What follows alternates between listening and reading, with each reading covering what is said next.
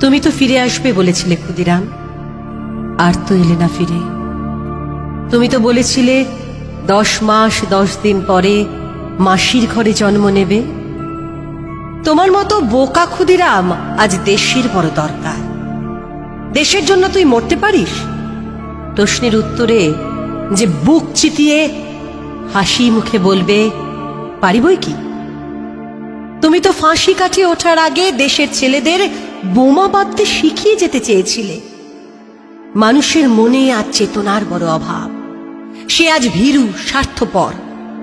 তাদের মনে সেই চেতনার বোমা ফাটার আজ বড় দরকার।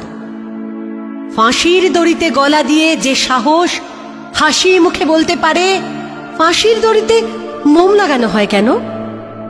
কঠিন সত্যের মুখোমুখি দাঁড়ানোর মতো সেই নির্ভীক সাহস আজ বড় দরকার।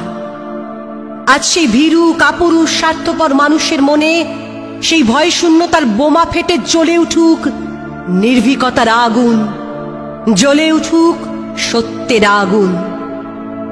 হয়তো তুমি তোমার কথা রেখেছিলে ক্ষুদিরাম, হয়তো তুমি ফিরে এসেছিলে, কিন্তু মা চিনতে পারেনি বলে অভিমান ভরে ফিরে গেছো। মায়ের পরে তোমার বড় অভিমান, তাই তুমি মাসির ঘরে ফিরতে চেয়েছিলে। হয়তো ফিরে যদি এসে থাকো, তাহলেও আরো একবার ফিরে এসো। ফিরে এসো বন্যী শিখা, ফিরে এসো আত্মবলিদানের আগুন, ফিরে এসো। তুমি তো ফিরে আসতেই চেয়েছিলে।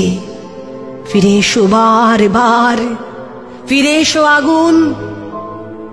তোমার আত্মাহুতির আগুনে পবিত্র হোক এ দেশের মাটি, এ দেশের জল, এ দেশের বাতাস।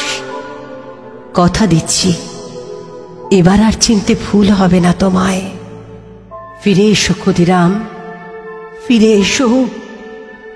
আমাদের দেশের তোমার মতো বোকা ক্ষুদিরামের বড় প্রয়োজন।